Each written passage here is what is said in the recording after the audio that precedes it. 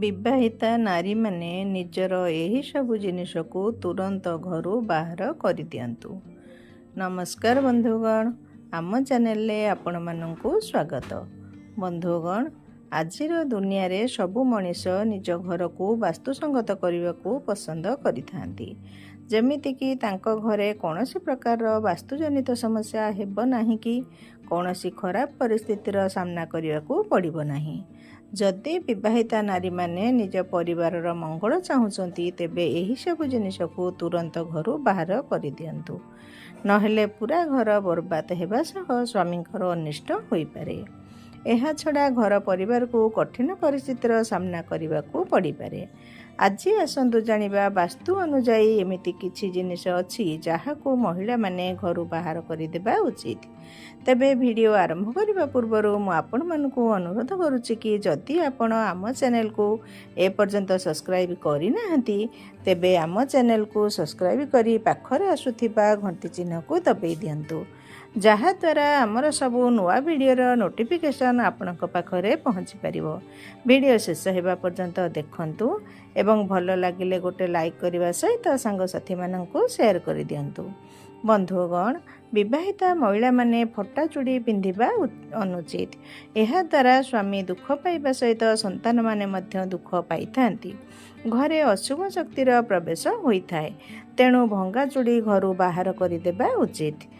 ବାସ୍ତୁ ଅନୁଯାୟୀ ନିଜର ଚିରାଫଟା କପଡ଼ା ମହିଳାମାନେ ଯଥାସମ୍ଭବ ବାହାରକୁ ଫୋପାଡ଼ି ଦେବା ଉଚିତ, କାରଣ ଚିରା କପଡ଼ା ପିନ୍ଧିବା ଦ୍ୱାରା ମାତା ଲକ୍ଷ୍ମୀ କ୍ରୋଧିତ ହୋଇଥାନ୍ତି, ଯାହାଫଳରେ ଏହାର ପ୍ରଭାବ ଘର ଉପରେ ପଡ଼ିଥାଏ।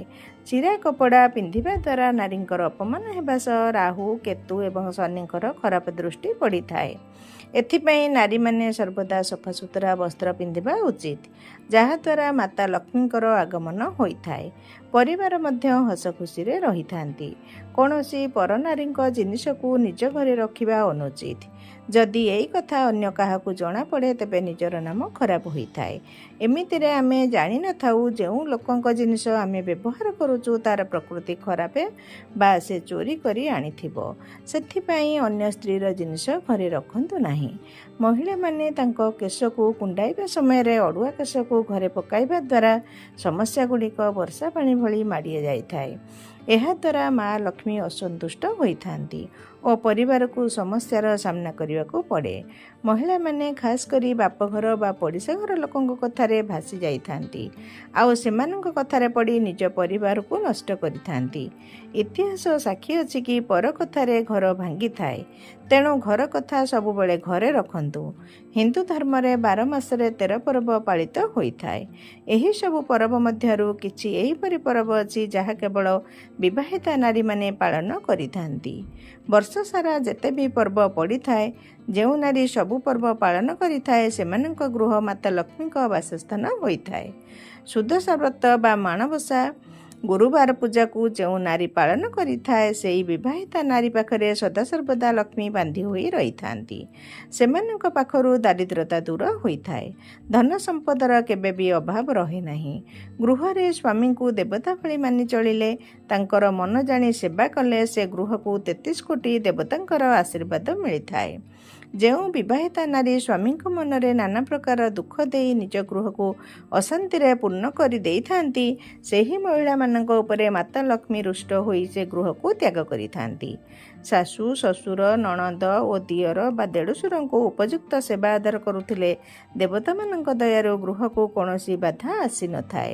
ଯେଉଁ ବିବାହିତା ନାରୀ ସ୍ୱାମୀଙ୍କ ମନରେ ସଦାସର୍ବଦା କଷ୍ଟ ଦେଇଥାଏ ଓ ସମସ୍ତ କର୍ମରେ ବାଧା ସୃଷ୍ଟି କରିଥାଏ, ସେହି ଘରେ ବିବାହିତା ନାରୀକୁ ଲୋକେ ହତଲକ୍ଷ୍ମୀ ବୋଲି କହିଥାନ୍ତି। ସେହି ସ୍ତ୍ରୀଙ୍କର ଧନହୀନତା ଓ ଦାରିଦ୍ରତା ବୃଦ୍ଧି ପାଇଥାଏ। ସ୍ୱାମୀଙ୍କ ମନରେ ଦୁଃଖ ଦେଲେ ପରିବାରରେ ଅଶାନ୍ତି ବଢ଼ିଥାଏ। ସ୍ୱାମୀ ଓ ସ୍ତ୍ରୀଙ୍କ ମଧ୍ୟରେ ଭଲ ପାଇବାରେ ବ୍ୟାଘାତ ଘଟିଲେ ସେ ଗୃହକୁ ବାଧାବିଘ୍ନ ଆସିଥାଏ। ଯେଉଁ ବିବାହିତା ସ୍ତ୍ରୀ ଶାଶୁ ଶ୍ୱଶୁରଙ୍କ ସେବା କରୁନଥାଏ, ତାଙ୍କ ମନ ଜାଣି କାମ କରୁନଥାଏ, ସେହି ଘରେ ସ୍ୱାମୀଙ୍କୁ ନାନା ପ୍ରକାରର ଅମଙ୍ଗଳ ଫଳ ମିଳିଥାଏ। ପରିବାର ତଥା ସନ୍ତାନମାନଙ୍କର ମଧ୍ୟ ଅମଙ୍ଗଳ ହୋଇଥାଏ। ଯେଉଁ ବିବାହିତା ନାରୀ ସ୍ୱାମୀଙ୍କ ମନ ଜାଣି କାର୍ଯ୍ୟ କରିଥାନ୍ତି, ସେହିପରି परिवार शिव पार्वतींकर कृपा सर्वदा प्राप्त करिथांती। जेपरि स्त्री माने स्वामी प्रति अनुगत्य रहिबा आवश्यक, सेही भली स्वामी माने मध्य निज पत्नी प्रति अनुगत्य रहिबा आवश्यक। बंधुगण, जदि यही भिडियोटी आपण मानकु भल लागिला तेबे गोटे लाइक करिबा सहित सांगसाथी मानकु शेयर करि दियंतु।